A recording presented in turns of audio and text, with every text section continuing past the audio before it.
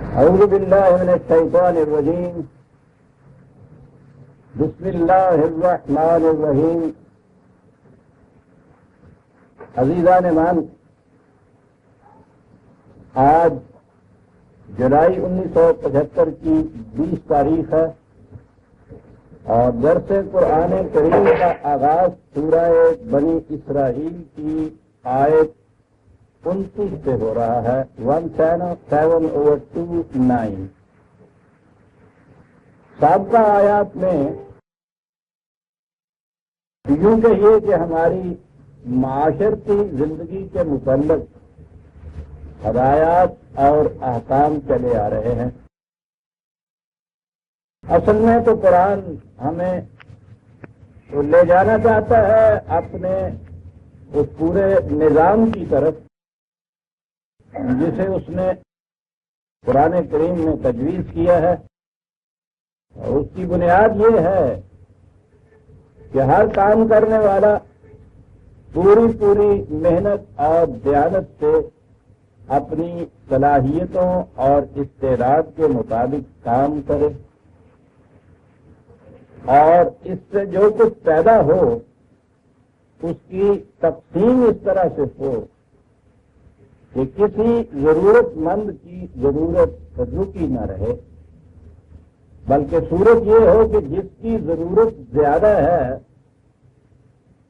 وہ پہلے پوری ہو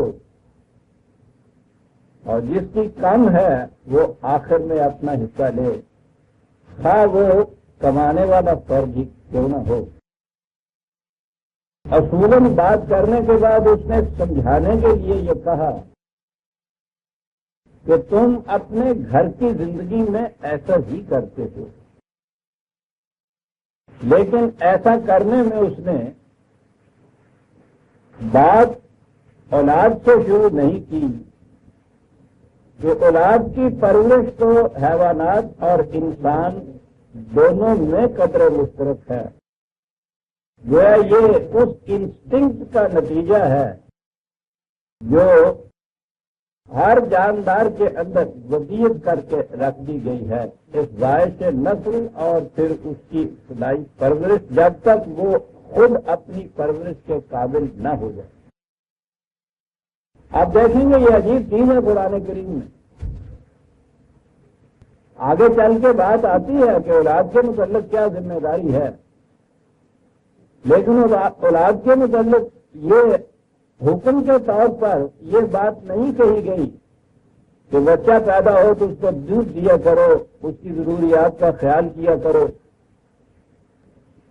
بالکل اس کے دوسری طرف بات کہی ہے، اور وہ کہی ہے کہ جو حیوانی جبلت کے اندر نہیں ہے، بوڑھے ماں باپ کی ضروریات کا خیال کرنا. کوئی حیوان ایسا نہیں کرتا. ہر حیوان اپنے بچے کی پرورش کرتا ہے، لیکن کوئی حیوان ایسا نہیں ہے کہ جو ماں باپ کی پرورش کا بھی خیال کرے. وہ تو بھول ہی جاتے ہیں. جب تک بچہ محتاج ہوتا ہے اپنی پرورش کے لیے اپنی ماں کا، ماں ہی کا زیادہ محتاج ہوتا ہے یا حفاظت کے لیے باپ کا، تو وہ ماں کے ساتھ چپکا رہتا ہے، ماں بھی اسے چپکائے رکھتی ہے. اور جب وہ اپنی حفاظت پرورش آپ کرنے کے قابل ہوتا ہے دونوں بھول جاتے ہیں. اس ماں باپ کو بھی یہ یاد تک نہیں رہتا کہ یہ ہمارا بچہ تھا، بچے کو بھی اس کا احساس تک نہیں رہتا کہ یہ میرے ماں باپ تھے. بچے کی پرورش کے سلسلے میں انسان کی بھی یہی صورت ہے.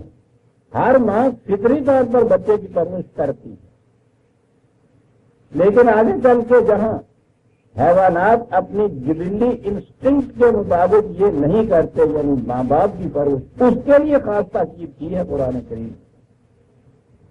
اور کہا یہ ہے کہ یہ جو ہم نظام دینا چاہتے ہیں کہ ہر ضرورت مند کی ضرورت پہلے پوری ہو.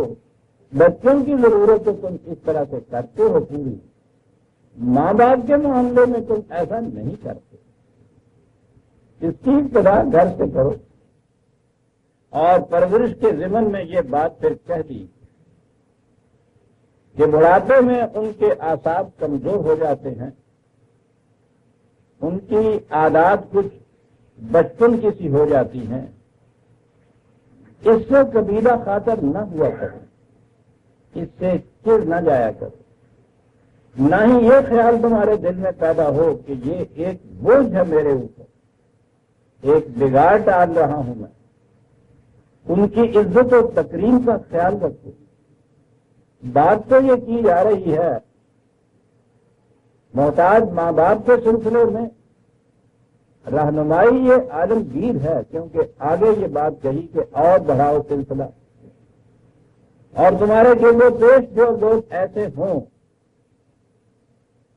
ہاں وہ رشتے دار ہوں یا دوسرے لوگ، لیکن وہ ضرورت مند ہوں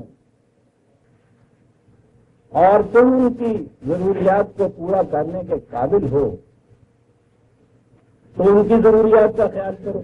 یاد رکھیے یہ اس زمانے کے عبوری دور کے احکام ہیں جب ابھی وہ معاشی نظام مملکت کی طرف سے نافذ نہیں ہوا، وہاں تو اس کی شکل اور ہو جائے گی۔ یہ ہو سکتا ہے کہ اس نظام کے تابع بھی تقسیم کار اس طرح سے کی جائے، اور میں سمجھتا ہوں کہ وہ ایسے ہی ہوگی کہ گھر کو تو ایک یونٹ ضرور رکھا جائے۔ قرآن کریم سے یہ نظر آتا ہے کہ وہ گھروں کو توڑنا نہیں چاہتا، فیملی لائف کو وہ برقرار رکھنا چاہتا ہے، وہ یہ یونٹ بنانا چاہتا ہے، ابتدائی پرورش اور تربیت کا آئندہ آنے والی نسل۔ جیسا کہ میں نے کہا ہے کہ یہ متواتر نسل جو حیوانات میں چلتی ہے اس کی تربیت کی ضرورت نہیں ہوتی، فطرت اب خود ان کی تربیت کرتی ہے جس حد تک اس کی ضرورت ہوتی ہے، اس وحی کے ذریعے سے جو ان میں ہر ایک کے اندر رکھ دی گئی ہے۔ انسانوں کی یہ صورت نہیں ہے، انسانی بچے کی تربیت تعلیم کی ضرورت پڑتی ہے۔ یہ تو آگے چل کے اس کا فریضہ عائد کیا ہے، لیکن یہاں جو کچھ کہا ہے اس میں وہ یہی ہے کہ یہ نظام جو آگے چل کر اپنی شکل میں آئے گا، جہاں تک معاشی ضروریات کا تعلق ہے اس کی ذمہ داری یہ نظام اپنے سر پر لے گا۔ اس کی عملی شکل کیا ہوگی، بسہولت کس طرح سے وہ تکمیل تک پہنچے گی، یہ باہمی مشورے سے طے کی جا سکتی ہے بات۔ لیکن میں یہ کہہ رہا تھا کہ اس میں بھی نظر یہ آتا ہے کہ قرآن یہ خاندان جسے ہم کہتے ہیں، گھر جسے کہا جاتا ہے، ہاؤس نہیں ہوم جسے کہا جاتا ہے، وہ اسے ضرور برقرار رکھنا چاہتا ہے۔ اور اب تو دنیا کے تجربے نے بھی یہ بات بتا دی ہے کہ یہ ہوم والی بات بڑی ضروری ہے آئندہ نسل انسانی کو صحیح راستے پر چلانے کے لیے۔ تربیت کے لیے اولی گہوارہ ہوم ہی بنتا ہے، گھر ہی بنتا ہے۔ یورپ میں گھر کو توڑ کے دیکھ لیا کس قدر بے راہ روی آئندہ نسلوں میں آ کے پھیل گئی، ایسی بے راہ روی کہ اب ان کی کسی قسم کی کوئی تدبیر کارگر ہی نہیں ہو رہی ان نوجوانوں کو کسی قسم کی پابندیوں پر لانے کے لیے۔ وہ اس قدر بے وقت، اس قدر سرکش ہو گئے ہیں، اور اب ان کے ماہرین علم النفس کہتے ہیں کہ یہ کام تو بچے کی 3 سال کی عمر تک کرنے کا تھا، جسے انہوں نے نہیں کیا۔ اب اس کے بعد یہ ہری لکڑی تو خشک ہو گئی ہے، اب یہ سیڑھا کرنے سے ٹوٹ تو جائے گی، سیدھی نہیں ہو سکتی۔ تو قرآن اس یونٹ کو برقرار رکھنا چاہتا ہے کہ جسے ہم خاندان یا ہوم کہتے ہیں، اور ہم تو مقلد واقع ہوئے ہیں۔ جتنی دنیا کی یہ بڑی بڑی قومیں جنہیں ہم ترقی یافتہ کہتے ہیں، ڈیولپڈ نیشن، پروگریسو نیشن، وہ ان کی اندھی تقلید کرتے ہیں بغیر سوچے سمجھے۔ انہوں نے اپنے ہاں آؤٹ بریک کیے ہیں، تو اگرچہ ہمارے ہاں ابھی ہم بین ہیں، اسلامی کہیے یا مشرقی کہیے، روایات ابھی تک ہمارے ہاں چلی آ رہی ہیں، لیکن گھروں میں بھی آپ دیکھیں گے کہ ماں باپ یا بڑوں کا اور چھوٹوں کا وہ تعلق باہمی قلبی نہیں رہا جو اس سے پہلے ہوا کرتا تھا. وہ آہستہ آہستہ کچھ مکینیکل سا ہوتا چلا جا رہا ہے. اور اس کا نتیجہ یہ ہے کہ ہماری آنے والی نسل جو اب جو موجودہ نسل آنے والی قوم بننے والی ہے، ان کے ذہنوں کے اندر بھی اسی قسم کے سرکشی کے جذبات اور جراثیم پرورش پا رہے ہیں. ہو سکتا ہے کہ ایک دو نسلوں کے بعد جب اقوام یورپ تجربے کے بعد اس نتیجے پہ پہنچے تو ہم نے جھک ماری غلطی کی جو ہوم لائف کو بریک کر دیا. ہمارے ہاں ہوم لائف بریک ہونی شروع ہو جائے. ہم کرتے یہ ہیں کہ جتنی چیزیں وہاں ناکام رہ جاتی ہیں وہ میرا خیال ہے وہاں سے پیدل چل کے آتی ہیں، اتنا لمبا سفر طے کرتی ہیں، بڑی دیر میں یہاں بات پہنچتی ہے. وہ کنڈیم کر چکے ہوتے ہیں اور ہم اسے معبود ترین عزیز ترین متاع سمجھ کے اپنے گلے لگا لیتے ہیں. اسی لیے ہم ان اقوام کے مقابلے میں دن بدن زیادہ پیچھے ہٹتے چلے جا رہے ہیں. قرآن کریم تو آپ کو مستقل اقدار دیتا ہے، وہ کسی کی تقلید نہیں سکھاتا. بہرحال اس نے قرآن کی تعلیم یہ بتا رہی ہے کہ وہ یہ گھر کا یونٹ قائم رکھنا چاہتا ہے. والدین کو کے متعلق یہ بات کہی، وہ یونٹ قائم رکھنے کے لیے ہے نا. اس کے بعد کہا کہ اپنے گرد و پیش کو لے. پھر اس نے کہا کہ اور آگے بڑھ جاؤ. ہر وہ شخص کے جس کی چلتی ہوئی گاڑی رک جاتی ہے، جسے مسکین کہا جاتا ہے، اس کی ضروریات کی طرف آؤ. اور اس کے بعد یہاں تک اس کو لے گیا کہ اپنے وطن اور بے وطن کا بھی یہاں سوال نہیں ہے، سوال تو انسان کا ہے. کوئی انسان کسی ملک کا بھی تمہارے ہاں سے راہ گزر سے گزرنے والا ہی کیوں نہ ہو، اگر تمہارے قریب تمہارے راستے میں آ کر اس کی کوئی ضرورت رک گئی ہے، اس کی گاڑی کو بھی دھکا لگاؤ. انسان ہے یہ، اور یہ فریضہ انسانیت ہے جو تم پہ ہم عائد کر رہے ہیں. اور اس بات میں یہ کہا کہ یاد رکھو، کنٹرول رکھو اپنی اس آمدنی پہ اس طریقے سے، ولا تجعل یدک مغلولۃ الی عنقک ولا تبسطھا کل البسط. یہ کیفیت نہ تمہاری ہو جائے کہ اس خیال سے کہ صاحب یہ جو کچھ میرے پاس ہے یہ میں نے دوسروں کو دے دیا تو میں تو پھر بھوکا مر جاؤں گا. وہ ہاتھ ہی اپنا سمٹا کے بخل کی طرف لے جاؤ. نہ ہی اپنی ضروریات کے مطابق یہ کرو گے جو اس نے اسراف اور تبذیر کہا تھا. بلا ضرورت صرف کر دینا، یعنی جس قوم کے جس مال کو بیج کی طرح ہونا چاہیے اسے بھی پسوا کے کھا لینا. یاد ہوگا پچھلی دفعہ میں نے عرض کیا تھا. یا اس پانی کو جس نے کھیتی کو سرسبز بنانا تھا راستے ہی میں ادھر ادھر بہا دیا جائے. یہ ایسا نہ کرو. نہ تو بخل کی یہ کیفیت ہو کہ بالکل ہاتھ باندھ کے رکھو، اور نہ تمہاری فضول خرچیوں کا یہ عالم ہو کہ ہاتھ تمہارے چھلنی بن کے رہ جائیں. اس میں کوئی قطرہ پانی کا ٹکے ہی نہیں، ادھر سے آئے اور ادھر سے نکل جائے اور چلا جائے. تم نے اگر ایسا کیا، آپ دیکھیے اسے نقص و نشر کہتے ہیں ادب میں. پہلے اگر تم نے کیا کہ بالکل ہاتھ باندھ کے بیٹھ گئے اور کسی ضرورت مند کی ضرورت کے لیے کچھ نہ دیا تو ملوم قابل ملامت ہو جاؤ گے. معاشرے میں ہر ایک ملامت کرے گا تمہارے. اور اگر تم ایسے فضول خرچ ہو گئے کہ کسی کو بھی کچھ نہ دیا اور اپنی ضرورت کے لیے بھی کچھ نہ رکھا، محصورا، تو یاد رکھو درماندہ ہو کر بیٹھ جاؤ گے. یہ شکلیں اختیار نہ کرو. کرو کیا؟ بڑا عجیب اصول بتایا ہے. کہا زیادہ سے زیادہ رزق پیدا کرنے کی کوشش کرو. پیدا زیادہ کرو. یہ ہے علاج. یہ فرد کا ہی علاج نہیں ہے، یہ قومی مسائل کا بھی یہی علاج. پیداوار میں زیادتی کرو. اس پیداوار میں اضافہ کرنے کی یہ صورت ہوگی کہ وہ جو بخل کا جذبہ ہے کہ صاحب میرے پاس تو بہت تھوڑا کرا جائے گا، بہت فراوانی سے آئے گا. اور دوسری چیز تو تمہیں ہم نے بتائی دی ہے کہ وہ اسراف جو ہے وہ تو بہرحال غلط. تو رزق زیادہ سے زیادہ پیدا کرو.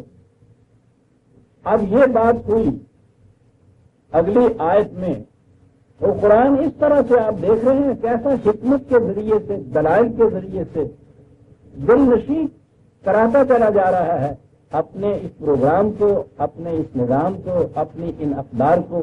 یہاں یہ جو چیز لایا ہے کہ امنا ربا کا یکس تو رزق کا لینا انگشا ہوگا یا پھر.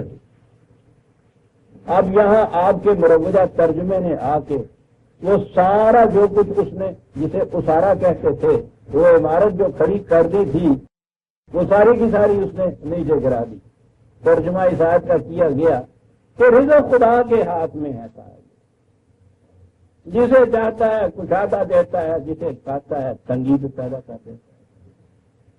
جب رزق اس نے اپنے ہاتھ میں رکھا ہے تو یہ ساری جتنی یہ ہمیں تاکیدات اور جتنی ہدایات دی جا رہی ہیں وہ یہ کہے کے لیے دی جا رہی ہے. ضرورت مندوں کو دو، تمہارے ہاتھ میں رزق تو ہے، ہمارے ہاتھ میں تھوڑا ہے. اور اگر کسی کو کم مل رہا ہے تو یہ خدا کی مرضی کے مطابق ہے نا، کیونکہ رزق تو اس نے اپنے ہاتھ میں رکھا ہے.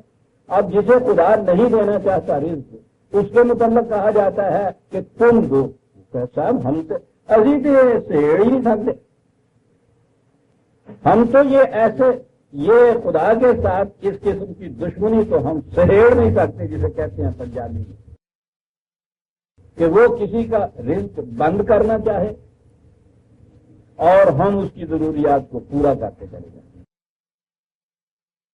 تو خدا کے ہاتھ میں ہے یہ، یعنی وہ سارا کچھ ختم ہو گیا جو کچھ وہ کیا چلا آ رہا ہے کہ رزق تو اس نے اپنے ہاتھ میں رکھا.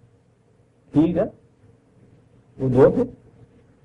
سورہ یاسین میں یہ ہے یہ چیز، اس کا جواب وہاں ہے کہ جب ان مشرکین سے اور کفار سے یا مخالفین سے یا اس مترفین کے طبقے سے، ان سرمایہ داروں سے، وہ ان سب کو یہ ایک ساتھ میں لاتا ہے. کفر ہے یہ سب کچھ. ان سے کہا جاتا ہے کہ ان لوگوں کی ضروریات پورے کرنے کا کوئی انتظام کرو، جن کی ضرورتیں ان کی اپنی محنت سے پوری نہیں ہوتی. تو یہ کہتے ہیں کہ صاحب رزق خدا نے اپنے ہاتھ میں رکھا ہے. ہمیں کہنے کی بجائے خدا سے کیوں نہیں کہتے کہ وہ ان کی ضروریات پوری کرے؟ جنہیں وہ نہیں دینا چاہتا ہم اگر انہیں دیں گے تو ہم تو اس کے حریف ہو گئے، یہ تو اس کا مقابلہ ہو گیا. کیا کہتے ہو؟ یہ ہے قرآن کی سورہ یاسین کے اندر. میرے سامنے وہ نسخہ نہیں، ابھی میں ریفرنس دے دیتا. کیا کہتے ہو؟ وہ اس تصور کو کفر قرار دیتا ہے، وہ ضالین کہتا ہے، کھلی ہوئی گمراہی قرار دیتا ہے، جسے ہم بڑے فخر سے بیان کرتے ہیں. وہ کہتا یہ ہے، یہاں جو بات کہی ہے اس نے اس کا صحیح ترجمہ کر لیجیے، بات صاف ہو جاتی ہے. وہ کہتا ہے رزق کے متعلق ہی یہ خیال ہے نا کہ وہ زیادہ فراوانی سے ملنا چاہیے، یوں کم ہوتا ہے. وہ کہتا ہے یہ تو سارا کچھ تمہارے اپنے مرضی اور تمہاری اپنی محنت میں ہوتا ہے. جو زیادہ سے زیادہ لینا چاہتا ہے وہ اس کے مطابق محنت کرے جو ہم نے بتائی ہے، زیادہ مل جائے گا. جو ایسا نہیں کرے گا رزق تنگ ہو جائے گا. مہنگے کہا جو چاہتا ہے زیادہ لینا، وہ جو سورہ بنی اسرائیل، ہاں یہی تو تھی وہ چیز کہ ہم نے پھاٹک نہیں لگا رکھے کہیں. کلن نمد ہؤلاء وہؤلاء من عطاء ربک وما کان عطاء ربک محظورا. یہ دونوں گروہ جو یہاں ہم نے بیان کیے ہیں، وہ جس طرح سے محنت کرتے چلے جائیں گے، ہم ان کی مدد کر کے ان کو آگے بڑھاتے چلے جائیں گے.